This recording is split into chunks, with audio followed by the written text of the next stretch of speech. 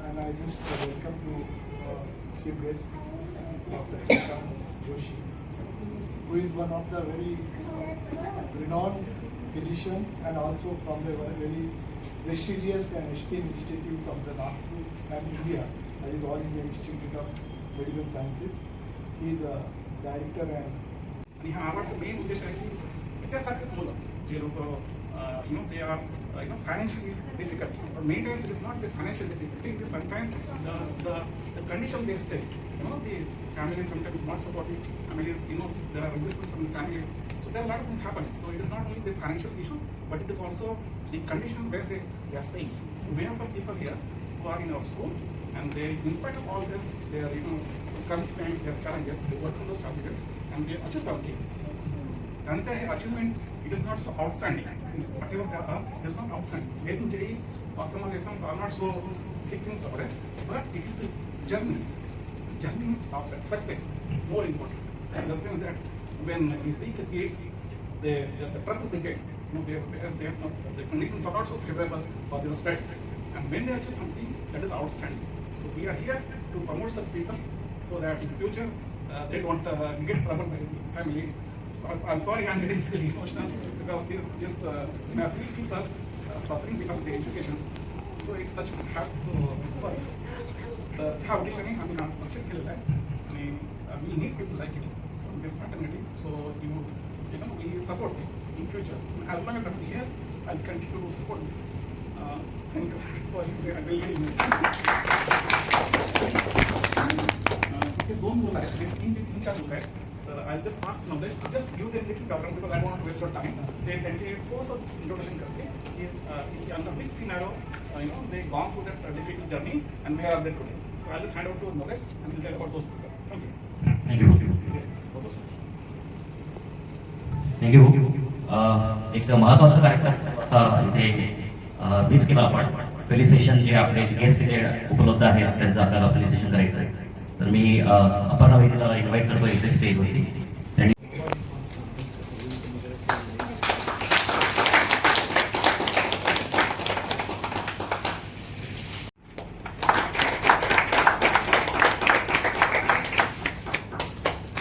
जे त्रिशला ताई आहेत ते पण इथे उपस्थित आहेत. मी मनोरमाईला इथे इन्व्हाइट करतो आहे की त्यांनी फेलिसिटेशन करावं.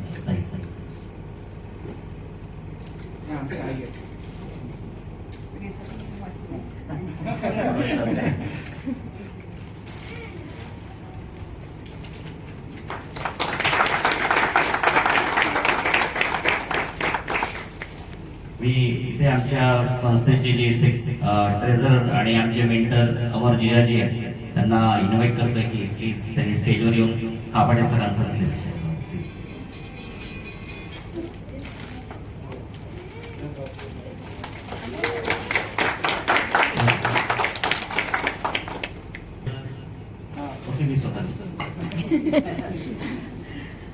राकेश सरांचं फेलिसिटेशन वासनिक सर करतील.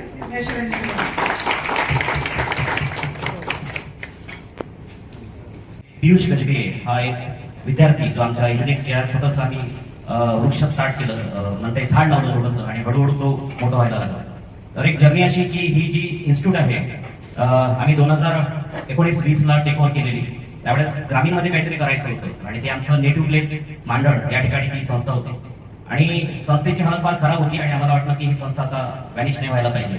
त्यावेळेस राकेश भाऊशी माझं डिस्कशन झालं आणि राकेश भाऊनी इनिशिएटिव्ह घेतलं समोर आणि मग आम्ही एक जर्नी स्टार्ट केली आणि 50 स्टुडंट पासून ते वर्क सुरू केलं. आता आमच्याकडे 750 विद्यार्थी त्या संस्थेमध्ये शिकत आहेत विदिन पोर्टफोलिओ. आणि हळूहळू मग जसं आम्हाला गरज पडली आणि 6 to 12 परमिशन आणि या शाळेमध्ये या परिसरात एक ज्युनियर कॉलेज सुरू झालं आणि या ज्युनियर कॉलेजमध्ये आम्हाला असं वाटलं की जे फॅसिलिटीज नागपूरच्या मुलांना मिळतं, अर्बन सिटीज मधल्या मुलांना मिळतं, तर मग रुरल साईडला का बरं मिळालं नाही पाहिजे. म्हणून आम्ही हळूहळू आमच्याकडनं एक छोटं वर्क करणं सुरू केलं आणि त्याचाच एक म्हणता येईल की जी 4 वर्षाची 5 वर्षाची मेहनत आहे त्याच्यामध्ये आमच्या शाळेमधनं काही विद्यार्थी पहिला बॅचचा विद्यार्थी मयूर लुटे, त्या विद्यार्थ्यांनी CUET entrance, central university entrance test, ही एंट्रन्स क्रॅक केली आणि अजित प्रेमजी युनिव्हर्सिटीला बँगलोरला सिलेक्ट झाला आणि त्या पोराला 18 लाखाची स्कॉलरशिप भेटली. तो गावीमधला पहिला मुलगा. मग त्याच बॅचचे काही असे विद्यार्थी होते की फरजल नौकरकर, एक छोटासा गावातला मुलगा, डोंगरगाव म्हणून 40 किलोमीटर दूर, तिथनं मांडळला यायला सर म्हणजे फॅसिलिटीज नसताना तो व्यक्ती त्या गावामध्ये सायकल यायचा आणि त्या मुलांनी MST CET जी एंट्रन्स आहे त्याच्यावरती फोकस केलं. 96% आणले आणि त्यावेळेस कोरोना काळामध्ये त्याला COE पुणे मिळालं. एक जर्नी स्टार्ट झाली आणि ते बघून मग नंतर आता पियुष दुसऱ्या तिसऱ्या बॅचचा विद्यार्थी असेल, हा विद्यार्थी आला, त्यांनी जेव्हा बघितलं सेकंड बॅच यांनी बघितलं की आपले या शाळेमधले मुलं COE पुण्याला चाललेले आहेत, बँगलोरला चाललेले आहेत. आणि त्यावेळेस ज्यावेळेस बहुतचं सेशन आमच्या शाळेमध्ये झालं तर त्यालाही मनामध्ये वाटलं असेल की आपण पण IIT व्हायला पाहिजे. एक इन्स्पिरेशन त्याला मिळालं आणि त्याच्यामुळेच म्हणता येईल की त्याची 2 वर्षाची मेहनत आहे आणि फार कठीण परिस्थितीमधनं तो मुलगा शिकला. मी तो मुलगा येऊन तुम्हाला या ठिकाणी सांगेलच की कसं त्याची जर्नी होती. हा जो मुलगा आहे या मुलाबद्दल थोडीशी इन्फॉर्मेशन मी देऊ इच्छितो. हा मुलगा पारडी नावाचं गाव आहे नागपूरला, जे आउटर भंडारा रोडला आहे, तिथे तो मुलगा राहत होता. त्याच्या वडिलांचं थोडंसं सांगावं लागेल. ज्या प्रकारे त्याने मला सांगितलं, त्याने म्हटलं सर प्लीज राहू द्या, पण म्हटलं यार माहित असणं आवश्यक आहे, तू कोणत्या परिस्थितीमधनं शिकला हे फार आवश्यक आहे. तर वडिलांचा थोडासा गुन्हेगार प्रवृत्तीशी संबंध होता आणि त्यावेळेस त्याच्या वडिलांचा 5 वर्षाचा असतं आणि त्याची हत्या झाली. हत्या झाल्यानंतर आईने मुलाला वाढवायचं आहे, समोरचं आयुष्य आहे, कसं काढणार, दुसरं लग्न केलं. लग्न केल्यानंतर त्यांनी हाल अपेक्षा सहन करून त्या मुलाला शिकवलं. जेव्हा तो मुलगा 10वी पास झाला तर 10वीला त्याला 90% मिळाले, 90%. पण होऊ शकतं की त्यांचा घरचा बॅकग्राऊंड, त्यांचे वडील तेवढे शिक्षित नव्हते, तर त्यांना वाटलं की मुलांनी ITI करायला पाहिजे, लवकर जॉब मिळेल ITI केलं तर, असे ग्रामीणमध्ये मेंटॅलिटी आहे. आणि ITI करणार असं त्याचा विचार झाला, त्याच्या घरच्यांचा विचार झाला, पण मुलाला काहीतरी वेगळं करायचं होतं. त्यांनी त्याच्याकरता मांडळला एक वडेगाव नावाचं गाव आहे, त्या गावामध्ये आपल्या मामाकडे आल्यानंतर त्यांनी 11वी 12वीला एज्युटेक्स मध्ये त्यांनी ऍडमिशन घेतलं आणि इथेच त्याला एक इन्स्पिरेशन, त्याला काही मोटिवेशन मिळालं आणि त्या पोरांनी IITचं प्रिपरेशन सुरू केलं. फर्स्ट अटेम्प्ट मध्ये त्याला 5400 रँकिंग मिळाली. त्यावेळेस ते शक्य नव्हतं, म्हणून त्यांनी पुन्हा एक वर्ष स्ट्रगल करून पुन्हा स्टडी सुरू केलं आणि यावर्षी त्याला 1600 समथिंग त्याला रँकिंग मिळाली, 87. डेफिनेटली तो IIT ला जाईलच, त्यात काही शंका नाही. आणि त्याच्या मागची ही छोटीशी जर्नी देते. मी स्वतः सांगितलं, पण तो मुलगा जेव्हा स्वतः येईल आणि सांगेल तर ते वेगळंच राहील. तसंच काही स्टुडंट आहेत, त्याच्यामध्ये एक मुलगी आहे सर, प्राची तिजारे, प्लीज उभे राहा. प्राची तिजारे ही मुलगी चिचाड नावाचं गावाची आहे सर. चिचाड एक मांडळपासून 30-40. ही मुलगी कंपनी सेक्रेटरी म्हणून हे करते, 4th इयरला, लास्ट इयरला. या मुलीने CA आणि CS त्याला गेस जे आहे त्याचा सत्कार प्लस अवॉर्ड पण आपण देतो आहे. प्लीज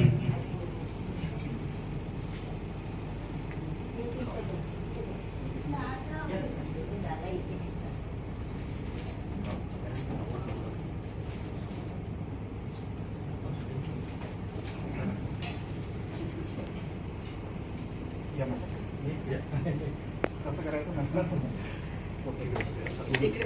तुम्ही इकडे या.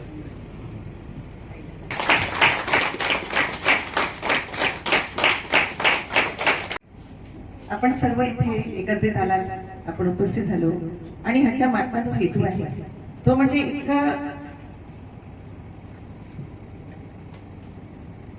युनिक आणि असा की जो व्यक्ती आयुष्यभर आपल्या सोबत राहू शकतो, तसे जे आई वडील, त्यांच्या बहिणी आणि त्यांचा परिवार किंवा त्यांच्या परिवारातल्या जी मुलं आहेत, care of doctor Shekhar Dhanvijay sir, त्यांच्या स्मृतीत आपण हा कार्यक्रम घेत आहोत.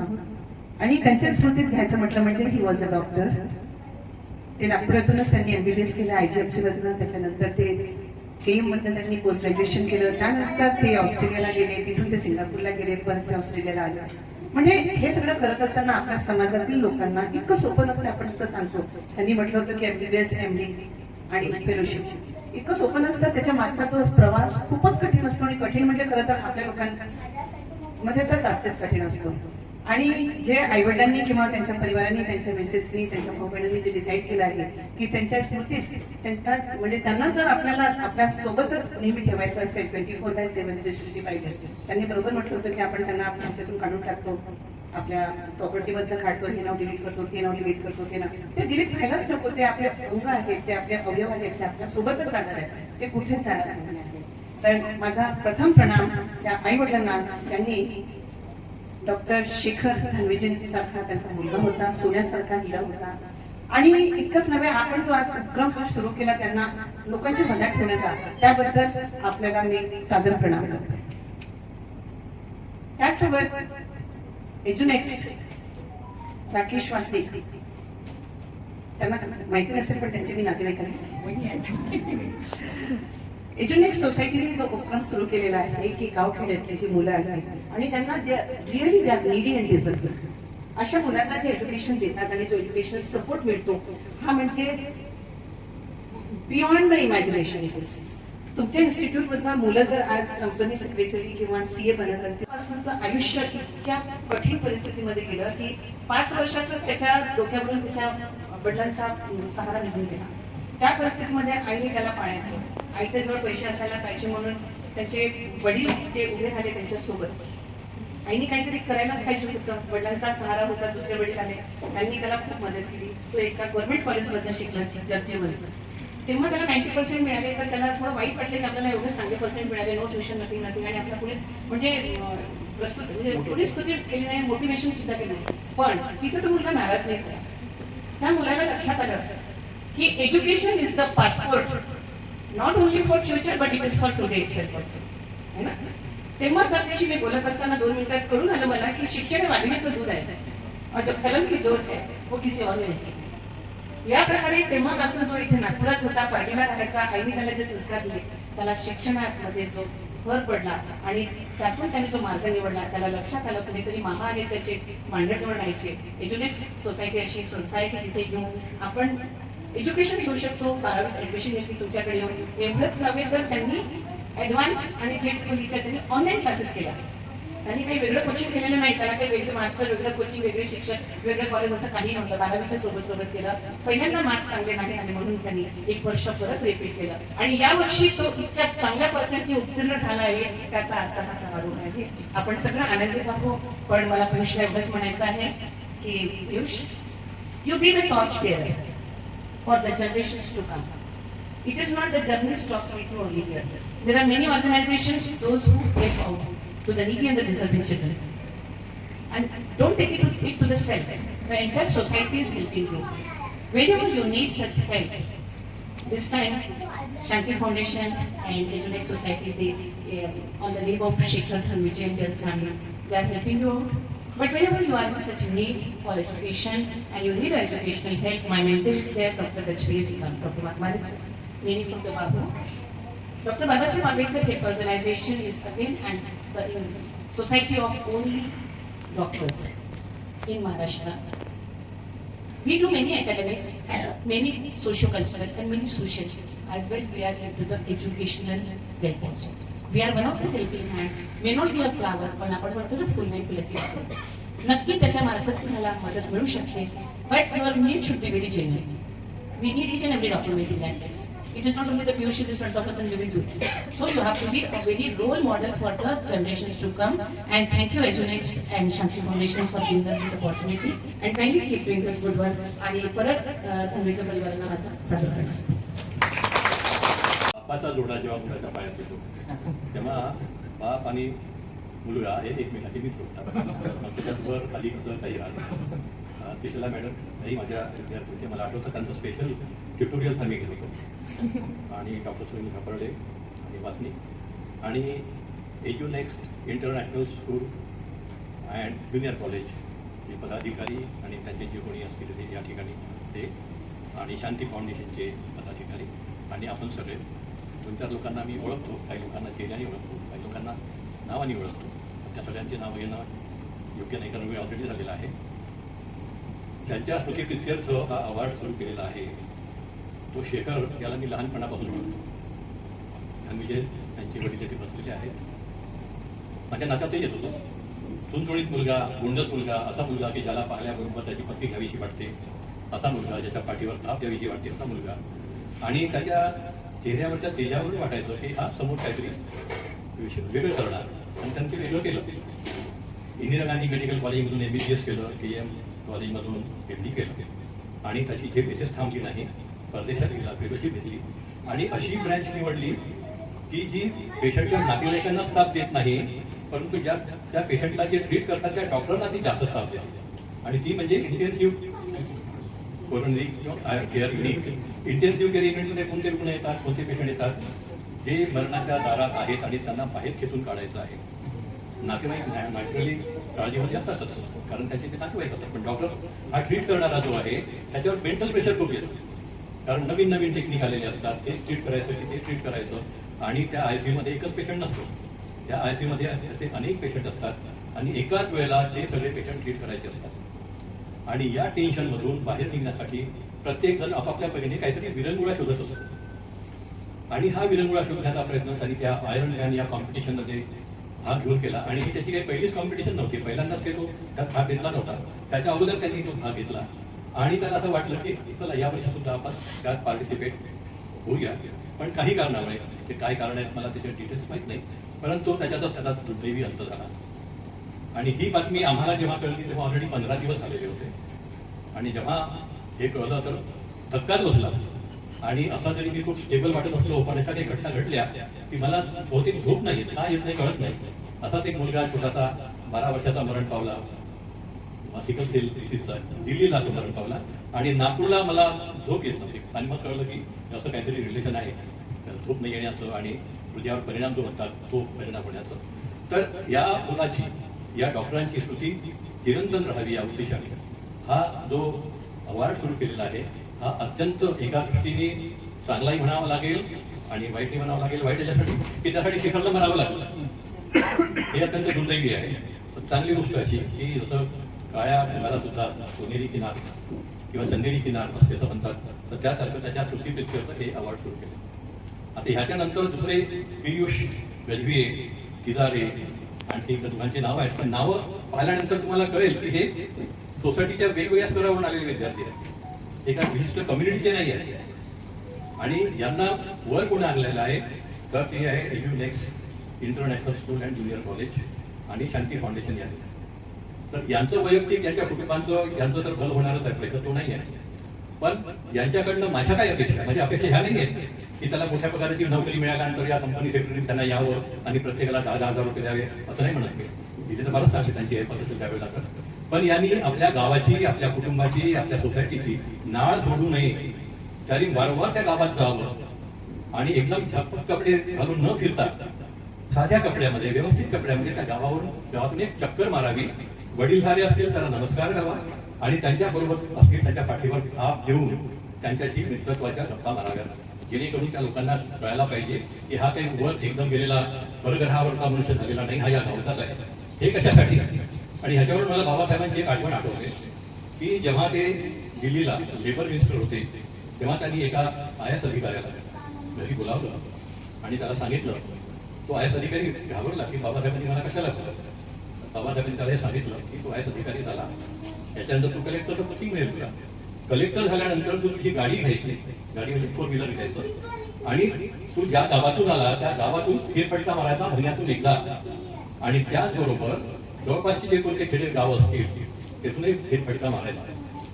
तर तो म्हणाला की बाबासाहेब याच्यामुळे काय साध्य होईल, याच्यामुळे हे साध्य होईल की या लोकांना कळेल की हा आमच्यातलाच एक मुलगा आज IAS झालेला आहे आणि गाडीतून फेरफटका मारतो आहे, तर त्यांना उत्तेजन मिळेल की आपणही असंच व्हायचं. आता पियुषने जी वाट टोकावलेली आहे ती वाट काही सहजासहजी साध्य होण्यासारखी नव्हती. पहिल्या प्रयत्नात नाही पण दुसऱ्या प्रयत्नात त्यांनी साध्य केली. पण काहीतरी वाट सुरू झालेली आहे आणि मागच्यांना मार्ग दिसलेला आहे की आपल्याला या वाटेवरून जायचं आहे. आणि जेव्हा हे मुलं त्या गावात जातील आणि बघतील की आमच्यातला हा पहिले वडील नव्हते, आईनी सहारा दिला आणि या फाउंडेशननी आणि EduNextनी सहारा दिला, तर हा वरच्या जागेवर गेला किंवा शिक्षणामुळे गेला, आपणही असंच करूया. ही स्फूर्ती त्यांना मिळेल. आणि म्हणून आज ज्या ज्या लोकांना शिष्यवृत्ती मिळालेली आहे किंवा बक्षीस पारितोषिक मिळालेलं आहे त्या सगळ्यांनी हे सगळं लक्षात ठेवावं आणि त्याप्रमाणे आपल्या कुटुंबाजवळचे, आपल्या गावाजवळचे, आपल्या सोसायटीतल्या मुलांना प्रोत्साहन द्यावं, एवढीच माझी अपेक्षा आहे. मला या ठिकाणी बोलावलं, माझा बहुमान केला. माझ्यासोबत प्रशांत जोशी जास्त वेळ बसले, कारण एवढी फुरसत मिळत नाही त्यांच्याकडे गेलं अपॉइंटमेंट घ्यावी लागली. अवघं त्यांचा चपलाशी बाहेर तर आणि सुनील खापर्डे माझे मित्र आणि वासनिक आणि जे संबंधित आहे हा कार्यक्रम आयोजित करण्यासाठी आणि धनुजय परिवारातले बसलेले आहेत त्यांना मी प्रणाम करतो आणि माझी दोन शब्द पुरे करतो. आणि MBBS करत होतो तेव्हा ते माझे हेड ऑफ डिपार्टमेंट होते, मी असिस्टंट प्रोफेसर होतो. अशा सिनियर लोकांसोबत बोलणं थोडं मला वाटतं. आणि त्रिशला इज माय बॅचमेट. माझ्या MBBS मध्ये 76 बॅचचे आम्ही दोघी MBBS मध्ये गव्हर्नमेंट मेडिकल कॉलेजमध्ये आम्ही बरोबर ॲडमिशन घेतलं. आणि सुनील खापर्डे जे गव्हर्नमेंट ऑफ इंडियामध्ये खूप मोठे पदाधिकारी होते आणि आता रिटायर झाले. आणि वासनिक साहेब जे आता IIT मुंबईवरनं पास आउट झालेले आहेत आणि आता दुबईला अबुधाबीला तिथे आहेत आणि बरंच प्रोग्रेस केलेला आहे. आणि सुरुवातीलाच मी शांती फाउंडेशन आणि एज्युनेक्स्ट इंटरनॅशनल स्कूल खूप अभिनंदन दिलं की they have chosen to felicitate and to motivate all the students who have accept. Piyush विपरीत परिस्थितीमध्ये आणि IIT मध्ये तशी कोणाला ॲडमिशन मिळत नाही सहसा. त्याच्यामध्ये मेहनत लागते आणि मेहनत लागल्यावर मेहनतीबरोबर तुम्हाला परिस्थिती पण बरोबर पाहिजे. You should have proper environment to study. तुमची एन्व्हायरमेंट तुम्हाला जे सांगितलं गेलं अशा कंडिशनमध्ये तुम्ही अभ्यास केलेला आहे आणि त्याच्यातून तुम्ही टॉप केलं आणि IIT मध्ये ॲडमिशन घेतली. तुम्हाला खूप अभिनंदन. आणि ज्या स्टुडंट्सला इथे चांगलं केलं आणि परिशोधक आणि हे प्रेसिडेंट्स आणि इथे जे फेलिसिटेशन करण्यात आलं त्या सर्वांना मी अभिनंदन देतो. आणि I really would like to appreciate the efforts of Shri Wasnik and Shanti फाउंडेशनचे doctor Khaparde for organising such an event. आणि मग मी असं म्हणतो की हे जे इव्हेंट्स आहे हे तर sort of family function type आहे. असा एका मोठा भव्य शाळांमध्ये we should act as a source of inspiration to hundreds of students that they are getting felicitated and honoured and for their achievements. तर ते जसं आता इतकं चांगलं भाषण वाघमारे सरांनी दिलं आणि इतकं त्यांनी प्रोत्साहन दिलं स्वतः, तर मी याच्यापेक्षा चांगलं बोलू नाही शकत. त्यामुळे तसं टाईप ऑफ प्रोत्साहन त्यांना मिळेल की आता this type of felicitation is been done. त्यांचे जे असे in a person who is intelligent who or average intelligence आणि त्याची जर एन्व्हायरमेंट चांगला असेल तर तो एक्सेल करेल. पण एन्व्हायरमेंटच बरोबर नसेल जसं मला आता सांगण्यात आलं तर त्याच्यामध्ये एक्सेल करणं that is very very critical. आणि आर्टिस्ट कॉंग्रॅच्युलेशन्स टू ऑल. आणि शेखर धनगीचेबद्दल मी ऐकलं होतं डॉक्टर जे आणि ते पण खूप म्हणजे क्रिटिकल केअर स्पेशलिस्ट होते. विदेशात गेले, ऑस्ट्रेलियाला गेले, सिंगापूरला गेले आणि त्यांनी पण खूप नाव कमावलं. आणि दुर्दैवी त्यांचा प्रीमेच्युअर मरण आलं. ते आपल्या हातात नसतं बरेच त्यांनी ते दिव्यशक्ती असते, ती इच्छा असते. तर पण त्यांच्या नावावरती हे जे करून राहिले परिशोधक that is very very important. That also becomes a source of inspiration. So many people can actually go out and get appreciated by their efforts. So actually Waghmare सरांनी खूप चांगलं भाषण दिलं आणि त्यांनी जे सांगितलंय ते सर्व तुम्ही जे आता ज्यांनी हे केलं आहे चांगले मार्क्स मिळाले त्यांनी त्यांचे जे गोल आहेत आणि त्यांचे जे उद्देश आहेत ते तुम्ही फॉलो करा. म्हणजे त्यांनी काय होईल की तुम्हाला you will be a source of inspiration for others. हे दोन शब्द बोलून मी थांबवतो. Thank you very much. I am a proud student of Edunext International Junior College and School. I feel truly honored to stand here before you today for this prestigious scholarship known as. I am little bit nervous today. Prestigious scholarship. I have qualified country's second toughest exam known as JEE Advanced with a respectable rank of 1687. Respected chief guest, esteemed teachers, parents and all my dear friends, today standing on this stage fills my heart with immense joy, pride and gratitude. मला मिळालेली ही scholarship म्हणजे केवळ माझ्या मेहनतीचं फळ नाही तर एज्युनेक्स्ट international कॉलेजच्या विश्वासाचं आणि मार्गदर्शनाचं प्रतीक आहे.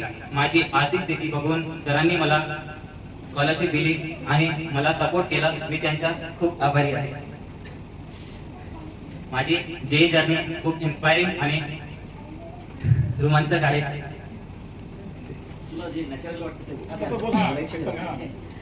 माझी जर्नी चालू होती ते 5 वर्षाचा मी जेव्हा होतो. माझे आजोबा होते, बाबा होते, त्यांचा मृत्यू झाला. माझ्या उज्ज्वल भविष्यासाठी मम्मीनं दुसरं लग्न करून मला उज्ज्वल भविष्य देण्याचं ठरवलं. मी अभ्यास करत गेलो. पहिला ते 4थी पर्यंत माझ्या सतत पहिला नंबर क्लासमधून यायचा. मी अभ्यास करत राहिलो. तरी 10वी करता करता तसं काही कोचिंग न असता मी 10वीत 90% टक्के मिळवले. थोडंसं म्हणजे माहीत नव्हतं की कसं काय करायचं. मला सायन्स घ्यायचं होतं. सर्व म्हणायचे म्हणजे मला घ्यायचं होतं, बट आर्थिक स्थिती बघून सर्व घराकडं सर्व असे ट्युशन लावायचे.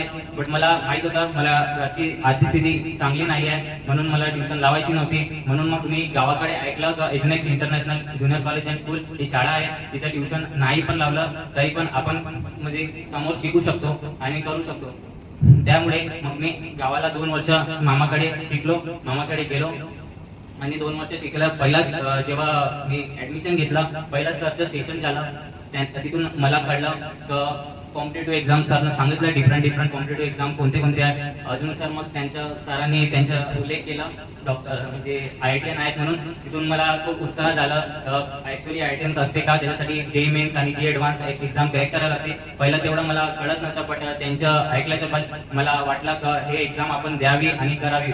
मग घरी गेलो, ते एक्झामचं सर्च मारलं, ऑनलाईन सर्च केलं, बॅचेस काय असते ते कळवले आणि बॅचेस जॉईन केले ऑनलाईन. मग शाळा आणि कॉलेज म्हणजे कॉलेज आणि ऑनलाईन बॅचेसची स्टडी दोघे मॅनेज करू लागलो. 11वी निघाली. पहिलं तर ते काही टाइम मला हेच टाकलं कसं अभ्यास करायचा ऑनलाईन मध्ये, थोडं डोकं दुखायचं, ते व्हायचं. बट सतत चालू ठेवता 1 वर्ष निघाला. 12वी चालू झाली, करत गेलो. बट मग एजनेक्स इंटरनॅशनल म्हणजे कॉलेजमध्ये आम्हाला सपोर्ट मिळायचं. 12वीचं म्हणजे JEEचं तर तिकडून होऊन जाईल, बट जे 12वीचं जे अभ्यास असते सायन्स स्ट्रीम म्हटलं तर थोडंसं हार्डच असते. तर सरांनी आम्हाला सपोर्ट केला, म्हणजे आम्हाला सांगत गेले कसं काय करायचं आहे, आम्ही लक्ष देत गेलो. तर ते करता मग JEE मेन्स झालं, JEE ॲडव्हान्स झालं. तेवढा म्हणजे माझी तेवढी चांगली रँक आली नव्हती. क्वालिफाय तर झालो होतो, बट तेवढी एक्सपेक्टेड जेवढं होतं तेवढं मिळालं नव्हतं. 12th मध्ये मॅचेस होत नाही सर एंट्रन्स एक्झामिनेशन. म्हणून ही जी तफावत आहे याला मायनस करण्याकरता त्यांच्याकडे एकच पर्याय आहे, तो म्हणजे ऑनलाईन क्लासेस. आणि त्या ठिकाणी जे मोठे मोठे मेंटर्स असतात, युट्यूबर्स मध्ये खूप सारे टीचर्स आहेत, बेस्ट टीचर्स आहेत, त्यांच्याकडे ते कंटेंट उचलतात, हार्डवर्क करतात. आणि त्याचंच एक उदाहरण पियुष हा एक एक्झाम्पल राहील की त्या मोबाईलचा कसा युज करायचा आणि आपला टार्गेट कसं अचीव्ह करायचं, हे इन्स्पिरेशन या ठिकाणी पियुष राहील सर डेफिनेटली. मी या ठिकाणी अजून परत एक मुलगी आहे, तिला सुद्धा मी ते इन्व्हाइट करतोय. ती प्राची तिजारे, ती आमच्या शाळेमधली पहिली कंपनी सेक्रेटरी करता. आणि या मुलीने सर CA आणि CS दोन्ही पण एंट्रन्स सायमल्टेनियसली क्रॅक केलं. तिच्याकडे ऑप्शन्स होते CA करायचं की CS करायचं. तिने CS निवडलं आणि आता ती 4th इयरला आहे सर. प्राची तिजारे, तुम्ही थोडीशी आपली जर्नी. Good afternoon everyone. सांगायचं म्हटलं तर नवलेश कासमी सर जे आहे एजनेक्स इंटरनॅशनल कॉलेजचे फाउंडर, तर त्यांनी जो सपोर्ट केलेला आहे तो तर मी कधीच विसरू शकत नाही आहे. आणि म्हणायला गेलं तर त्यांच्यामुळे आज मी इंटर्नशिपचे करत आहे. लधानी आणि चोपडा फॉर्म गोंदिया त्यांच्या फॉर्ममधनं जर त्यांनी पण मला सपोर्ट केला. आज मी सेंट्रल बँक ऑफ इंडिया इथे इंटर्नशिपला आहे. आणि सरांचं जर म्हटलं तर आज मी या पोझिशनला जे आली आहे खास म्हणजे मी सरांमुळे आली आहे. आणि त्यांचे जे सपोर्ट आहे ते माझ्यासाठी एक इन्स्पिरेशन आहे. आणि त्यांच्याबद्दल मी बोलायचं म्हटलं तर मी शब्दामध्ये तर सांगू शकतच नाही. आणि जे माझ्या आईबाबांनी मला संस्काराचीच जाणीव करून दिली. त्यांचं एज्युकेशन नसल्यामुळे त्यांनी मला एज्युकेशनबद्दल एवढं सपोर्ट नाही केलं. आईबाबा फक्त हे आपल्याला संस्काराची जाणीव करून देतात, कारण गावाकडे म्हटलं तर आई वडील हे एक एज्युकेशन त्यांचं नसतेच. माझी आई तर शिकलेलीच नाही म्हटलं तरी चालेल. आणि बाबा 4थी पास आहे. ते माझे बहीण भाऊ एज्युकेटेड होते, तरी पण त्यांनी मला सपोर्ट केलं नव्हतं. देन सरांकडे जेव्हा मी गेली 11th ॲडमिशन घ्यायसाठी, सरांनी मला फक्त एकच म्हटलं की आपण काहीतरी नवीन करून दाखवायचं. आणि तेव्हा सरांनी मला सजेस्ट केलं की नाही, कॉमर्स घेतल्यानंतर CA आहे, CS आहे, CMA आहे, आणखी बरेच कोर्सेस आहेत. त्यामध्ये मी 12th जेव्हा चालू होतं तेव्हाच मी CA आणि CS दोन्ही पण असा विचार केला की एकदा तरी आपण देऊन जर बघायचं एंटर. तेव्हा मी एंट्रन्स देऊन बघितलं. माझी एंट्रन्स जी आहे CAची पुण्याला झाली. गावाकडच्यांना एवढं समजत नव्हतं. His professional achievements. He was a very loving and caring person. He cared a lot about his family, and I've seen how hard he's worked to take care of his family. He was a very enthusiastic triathlon athlete, and he's always inspired me to strive for the best. He was a truly pure soul who always put others above himself. I remember my last face-to-face conversation I had with him in Singapore. We were sitting on the dining table late at night, and he told me all about his childhood, his friends, the mistakes he made, and he warned me never to repeat those mistakes. He taught me a lot about how to live my life, and he's told me also that sometimes the profession you end up choosing is not the ones you ever think about while growing up. I remember for myself, I remember growing up, I was good at maths. So I thought, you know what, I'll become engineer. Now I'm like, maybe I'll go for medical. I don't know now, we'll see. And yeah, he's told me all about how life is very unpredictable. And I'm sure that I will never forget the memories he's taught me, the lessons, advice, and everything. I'll never forget them. And we all aspire to be like him one day. I also want to congratulate Mr. Piyush for cracking IIT and everyone else who's done a lot of hard work. And thank you. Samar Danviji. I'm Samar Danviji. Today I'm going to say something about my father. As a doctor, he brought hope to his people. He was unwavering. His generosity and bond continues to inspire patients, family, and friends. He was really ambitious in his sport. He was really ambitious in triathlon. He wanted to finish a full Ironman. He is a person willing to help anyone. One day when me and my father were out in the park practicing cycling, I was cycling and I fell off my bike and I got injured in my right leg. He helped me get up and helped me get back home. My father helped me clean my wound that was bleeding a lot and put bandage. He told me that even if you fall, don't give up. My father told me that you don't need knee pads as you are a good cyclist.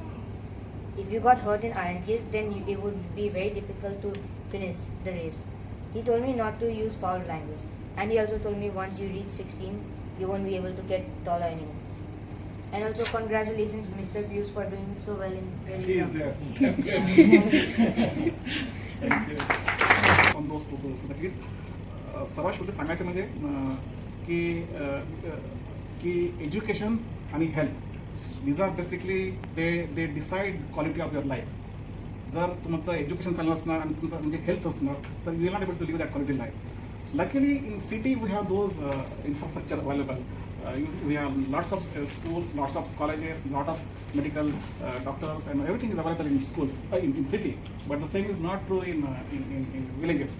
So the Shanti Foundation and the Education International will strive to target the villages area where we can give them the good educations. We'll give them with the help of Dr. Khapate with the Shanti Foundation. We'll try to make sure how things work out so that they can get the best medical facility. Though remotely, we'll work out how that can be done. But our Karma movie will be always in the remote area where people are really need those educations and the good medical facility. So with this, that motto will remain throughout our next journey of education with Shanti Foundation. Thank you, and that's a good Waghmare sir, Joshi sir, Trishila ma'am आणि Tanphade sir या सर्वांनी आपल्या कार्यक्रमाला उपस्थित होऊन आपल्या कार्यक्रमाची शोभा वाढवली. शक्यतो सांगायचं झालं सर की आम्ही या मुलांना पहिल्या बॅचपासून आम्ही त्यांना गाईड केलं, कारण की शाळेची जर्नी एवढी इझी पण नव्हती. आम्ही जेव्हा पहिली बॅचला सुरुवात केली होती 2020ला, त्यावेळेस आमच्याकडे मुलांची स्ट्रेंथ ही फक्त 45 एवढी होती. आता या 5 वर्षामध्ये मुलांची स्ट्रेंथ ही 450 पर्यंत गेलेली.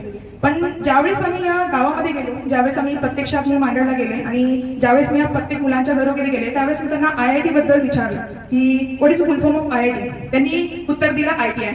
मी त्यांना विचारलं MSc CET काय असतं, त्यांनी मला सांगितलं MSc. म्हणजे आम्ही ज्यावेळेस गावामध्ये जेव्हा काम केलं त्यावेळेस मुलांना IIT काय असतं, नीट काय असतं आणि MSc CET एंट्रन्स काय असतं याच्याबद्दल काहीच माहिती नव्हती. गावामध्ये आणि शहरामध्ये बरंच डिफरन्स आहे. का बरं? कारण की गावामध्ये हे जे मुलं येतात एका ग्रामीण जिल्हा परिषद आणि त्या शाळेत येतात, तिथे काय असतं की मुलांना बरंचसं नॉलेज नसतं. आपण जेव्हा शहरामध्ये असतो त्यावेळेस मुलांना आपण 7व्या-8व्या वर्गापासून त्यांना सांगतो की पुढे फ्युचरमध्ये तुम्हाला काय करायचं आणि मुलं आपले गोल डिसाईड करतात की मला आफ्टर 10th नंतर मला या फील्डला जायचंय, मला इंजिनिअरिंगला जायचंय आणि ते प्रिपरेशन स्टार्ट करतात. पण गावामध्ये कसं असतं की जसं 12वी झाल्यानंतर सुद्धा त्यांना माहिती नसते की त्यांना काय करायचं असतं. मग 12वी झाल्यानंतर ते विचार करतात की मला डॉक्टरला जायचंय आणि तोपर्यंत ती वेळ निघून गेलेली असते. आणि ही बरीचशी गोष्ट आम्हाला तिथे दिसली. ज्यावेळेस आम्हाला ती गोष्ट माहित पडली त्यावेळेस आम्ही प्रत्येकाच्या घरोघरी 5 वर्ष आम्ही आता पण स्टील त्यांना सांगतो. आणि या 5 वर्षामध्ये आम्हाला एवढं बरं वाटतं की गावामध्ये कमीत कमी मुलांना IIT एंट्रन्स बद्दल काय असतं त्यांना ती माहिती आहे, JEE नीट एंट्रन्स बद्दल काय आहे त्यांना सुद्धा माहिती आहे. आणि मुलांना CA CS करता म्हणजे शाळेत जेव्हा मुलं ऍडमिशन करतात त्यांना आम्ही करिअर गायडन्स करतो की त्यांना फ्युचरमध्ये काय बनायला पाहिजे. आणि आमच्याकडे सर ही 4 मुलं नाही, त्याच्यापेक्षा बरेचशी मुलं आहेत जी पहिल्या बॅचपासून निघालेली. इतके मुलं आहेत की सर की आम्हाला त्यांना बोलू नाही शकलो, पण आपले हे जे 4 मुलं होते आता नागपूरला होतं आपण त्यांना केलं. ही माझी फर्स्ट बॅचची मुलगी प्राची पुजारी आहे. CS सरांनी सांगितलं की क्वालिफाय केलं. तिचंच इन्स्पिरेशन घेऊन सेकंड बॅच मध्ये गौरव शिंदे त्यांनी इन्स्पिरेशन केलं. त्याच्यानंतर थर्ड बॅचला आली श्रेया नागदे होती. हिनी सुद्धा म्हटलं म्हणजे प्रत्येकाचं एकमेकांचं इन्स्पिरेशन घेऊन मुलांनी कव्हर केलं सर. प्रश्न हा आहे सर की गावामध्ये मुलांकडे टॅलेंट आहे, त्यांना कुठल्याच गोष्टीची कमी नाही, फक्त त्यांना पॉलिश करावं लागतं आणि त्यांना योग्य मार्गदर्शन जर दिलं तर मुलं भरपूर पुढे जाऊ शकतात. फक्त त्यांना मार्गदर्शन करायला पाहिजे. आणि गावामध्ये कसं असतं सर की फायनान्शियली ते थोडेसे वीक असतात, कारण की गाव म्हटलं की मॅक्सिमम जो पॅरेंट्स असतो हा शेतीवरती डिपेंड असतो. शेतीचं उत्पन्न चांगलं निघालं की ते म्हणजे पेइंग कॅपॅसिटी त्यांची व्यवस्थित असते, पण काही लोकांची आर्थिक परिस्थिती चांगली नसल्यामुळे त्यांना त्या गोष्टीला पुढे जाता येत नाही. तर या सर्व गोष्टीमध्ये सर मी तुम्हाला सर्वांना थँक्यू म्हणू इच्छिते की आपल्या मुलांना तुम्ही स्कॉलरशिप जी काही प्रोव्हाइड केलेली आहे त्याच्या बेनिफिट्स ते घेऊ शकतात. आणि फ्युचरमध्ये आमच्याकडे असे आणखी काही मुलं आले तर त्यांना सुद्धा तुम्ही फ्युचरमध्ये हेल्प केली तर आणखी बरेच असणार सर. कारण की आपण डॉक्टर शेखर धनविजय सरांच्या स्मृतीनिमित्त आपण हे सर्व कार्यक्रम आयोजित केलेले आहे. जरी ते आपल्याकडे इथे नसतील पण ते आपल्या मनात असणारच. आणि मी सर्वांना थँक्यू म्हणू शकते की सर्व सरांनी, Khaparde sir, Waghmare sir, Trishila ma'am, Kanphade sir, Joshi sir, Rakesh Wasnik sir, त्यांनी सर्वांनी सहकार्य केलं आणि तुमचं सर्व सहकार्य आपल्याला मिळालं त्याच्यासाठी धन्यवाद. आणि मी इथेच हा प्रोग्राम म्हणजे संपताय हे घोषित करतो. थँक्यू.